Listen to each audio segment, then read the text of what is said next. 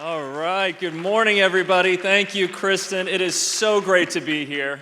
Oh my goodness, I can't believe it. This is actually my first time on stage here at AWE, so thank you so much.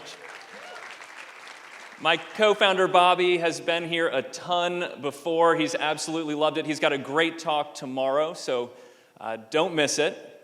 We've got a ton of fun stuff to talk about today. Before I get into all of the details, though, I just wanted to share a couple things about Snap. So you've probably heard of Snapchat.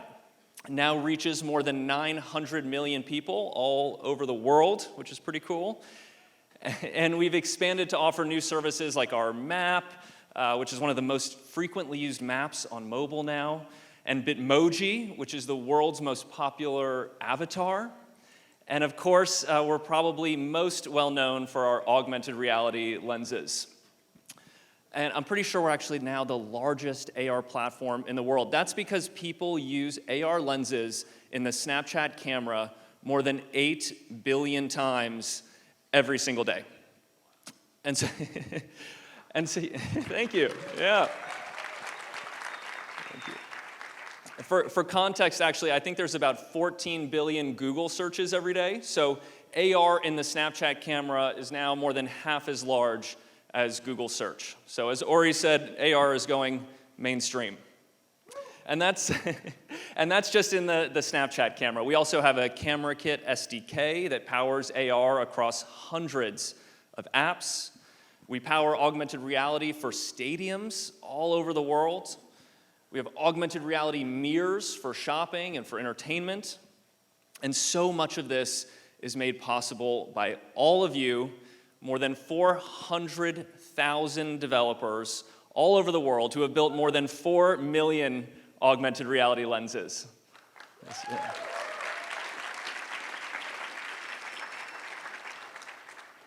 So we built the leading AR platform on mobile and in stadiums and mirrors, but we're not stopping there. We've spent 11 years and invested more than $3 billion in building augmented reality glasses. That's right, we've been building AR glasses since before Snapchat had chat. We're obsessed with making computers more human. And with advances in AI, computers are thinking and acting like humans more than ever before. But if we want to unleash the true potential of AI, we need to bring it into the real world. So we're on our 5th generation of spectacles. They're fully standalone, lightweight, immersive, see-through AR glasses. There's no bulky headset, no puck, no tether, no phone required. And they're powered by Snapdragon. Thank you, Ziad and the team. That was a great presentation. And they've got an operating system built from the ground up for augmented reality. And many of you here today are already building with spectacles, so thank you. If you haven't checked them out yet, you can demo all throughout the conference, just right outside of this room. So I wanted to share a few of my favorite lenses that people have been working on. This one is called Archer Champ by Phil Walton and Hart Woolery. You can compete in archery matches with friends through our connected lens technology. This is Drum Kit by Paradiddle. You can learn how to play the drums by overlaying cues on a real drum set and having the lens listen to the notes. Wisp World by Liquid City uses AI to go on interactive adventures. Super Travel by Goa helps global travelers translate and convert currencies. Measure by Adam Varga takes accurate measurements in the space around you. It's incredibly easy to use. That's a fun one. And Snack by Resolution Games brings the classic mobile game into 3D space. It's a lot harder than it looks, actually. And we've gotten some amazing feedback. We've heard you ask for AI tools, advanced location-based features, and a lot more. And I'm so excited to share some major platform improvements today, along with a 5th update of Snap OS. So most people are used to interacting with AI through chatbots or even through voice. And we're bringing AI into the world with OpenAI and Gemini on Google Cloud, alongside hosted models like DeepSeek. So AI can place information right where you need it in three-dimensional space. And I want to show you how powerful this is. Here's an example of AI showing you the perfect shot. Ori demoed this live so that you know it's a real thing, visually anchored in space. This one I hope you never have to use, but it can help you change a tire. Or you can set the table for a dinner party. And this is a whole new paradigm of spatial intelligence. We're also launching a new automated speech API, so you can automatically optimize for speed and accuracy, powering new translation use cases, meeting notes, and more. And a new Snap 3D API, so you can use Gen AI to create 3D objects on the fly in your own lenses.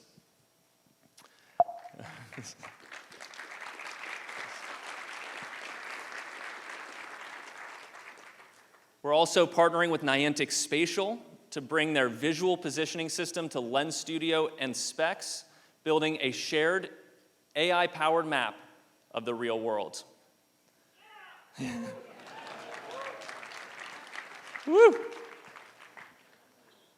And this Snap OS update also introduces a new Bluetooth API, so you can build lenses that connect with all sorts of devices. It's kind of like magic. It's pretty cool. And many of you have asked for more tools for location-based experiences to make it easier to bring monuments, museums, and more to life. So we're launching guided navigation, making it easy to build AR tours that direct people through a series of landmarks. And with fleet management, you can remotely monitor and manage multiple pairs of spectacles. And with guided mode, you can configure lenses to launch directly into a lens of your choice. And we've gotten a lot of requests for this one. We're soon launching WebXR support.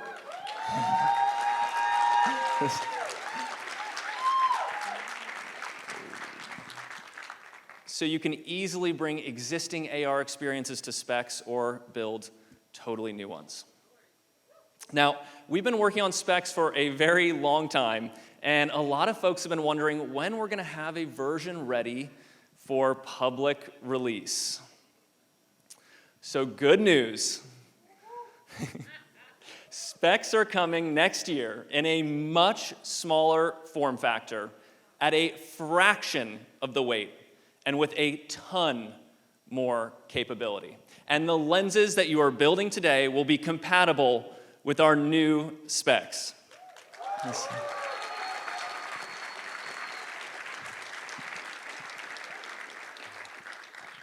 Can't wait for you to check them out. Specs understand the world around you with advanced machine learning.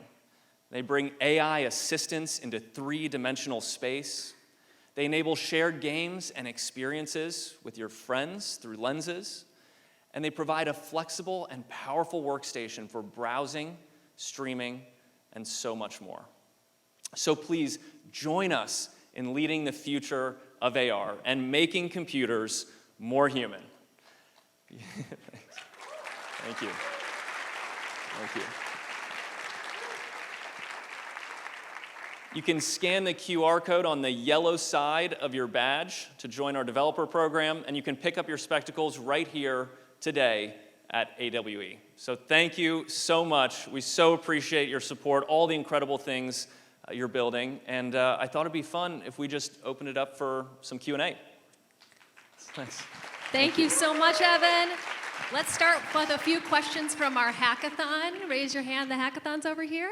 All right, let me pass you the mic. Hi, great presentation. Can't wait for the device next year.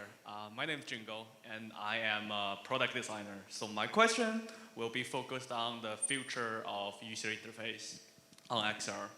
So spectacles, for example, offers great support for 3D spatial user interface.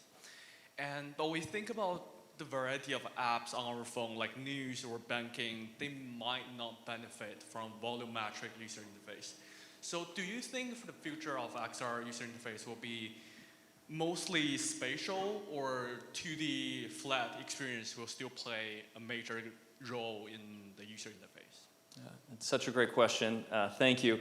I do think 2D interfaces will continue to play a role, especially because AR glasses give you a lot of flexibility in terms of screen size and position. So to be able to take a massive widescreen display or even a tiny, maybe iPad-sized display anywhere in the world with you, I think is going to be really valuable to some people. But our primary investments are enabling these incredible shared experiences that are grounded in the real world and use natural interaction, because we do think they're going to change things like news, for example. I mean, just this morning I was reading a Wall Street Journal article where you could pop into an AR experience that showed how they're trying to lift that sunken sailing boat over in Sicily. And I think you're going to see news evolve very dramatically in ways that hopefully help promote more empathy or help explain things in more immersive ways. So I do think we're going to see companies quickly adopt these tools to try to create news experiences or other maybe typically 2D experiences in 3 dimensions. Thank you. Hello, Evan. My name is Dulce. Hi, Evan. So I just want to take a moment, since I have your attention, can't really go anywhere, to thank you for your contribution to our industry. You know, last year we announced the XR Hall of Fame and inducted 101 pioneers who built this industry, including you, because we believe that there's no one who has contributed to the popularization of AR more than you. So my question is, would you accept this XR Hall of Fame pin? Awesome! Can we get a close-up on that? No way? Okay. Thank you so much. As a token of gratitude, thank you so much. It's a great honor. Thank you, Ori. Thank you so much. You want me to hold it for you? I'll hang on. Okay. Thank you. Hi. My name is Dulce Bayarga. I'm a mixed reality technologist, been a part of this community since the first R conference in 2010. So I have a question for you.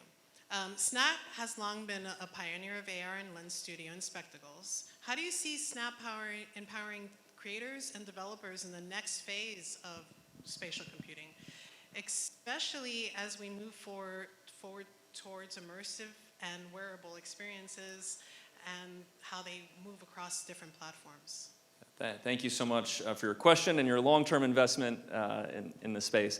I think for us, we've been really focused over the last 11 years on building great developer tools and making it really easy for folks to build any experience they can imagine. I think right now we're at a turning point where we have to put more of our focus and effort into helping people build businesses on top of augmented reality. So a lot of what we're working on right now and a lot of the features we'll be announcing over the coming year and the lead up to the broader consumer release of specs will be about empowering developers to not only build extraordinary things, but to build businesses as well.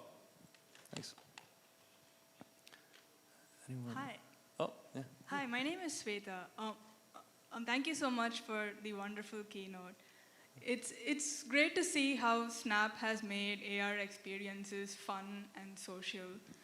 My question is that what are the biggest design challenges you see which your teams face when working on creating AR experiences that feel more intuitive and fun and easy to use?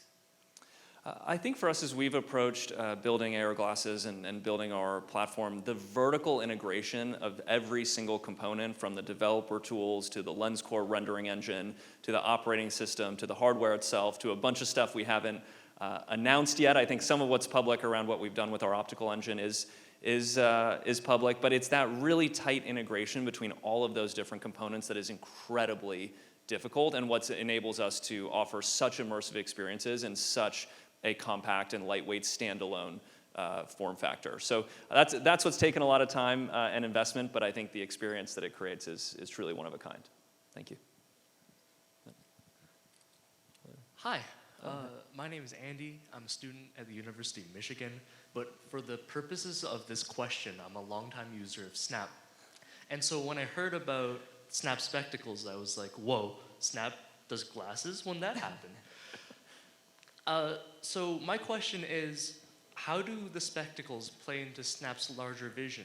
Is it as a social media company, or is it something more? Yeah, as we've looked at innovating, at Snap and in technology in general, a lot of our focus has been around making computing experiences that feel more natural and feel more human. When we first started working on Snapchat, we were really focused on ephemeral messaging because it made conversations feel more casual, more face-to-face, rather than being saved forever, as was the norm at that time. When we built stories, for example, we wanted to put content in chronological order because that's the way humans have always told stories, rather than the reverse chronological feed that was popular on social media at the time. I think, with our map, we really wanted to reimagine the map. The primary purpose of a map isn't, getting from A to B, but it's actually discovery and being able to find your friends and see what they're up to, or, answer the question, how long will it be till my partner gets home, this sort of thing. So I think as we've approached all the technical innovation at Snap, it's really been oriented around how to make technology feel more human, and glasses for us are a really important step because they enable you to stay grounded in the real world instead of stuck behind a big computer screen or looking down at a smartphone.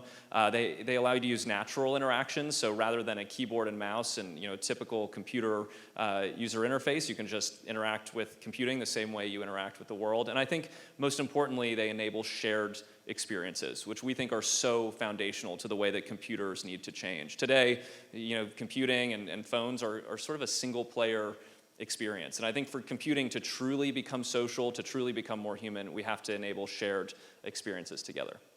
Beautifully put. Thank you so much. Thank you. All right, I think we might have some time for a few other questions, if that's okay, Evan? Yeah, sure. Follow the pink dress. Who's brave? Raise your hand. I see a gentleman right here, closest to me. Excuse me.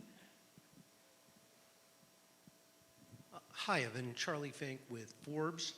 I'm the guy who's been bugging you to go on my podcast, but this is not for self-promotion. My question is about Snap users and AR. I think, are Snap users even aware that they're doing AR? I mean, my daughter is a longtime user. When I first told her that, she was like, what are you talking about? So I'm wondering, how your users look at AR and the plan for moving them toward wearables. Yeah.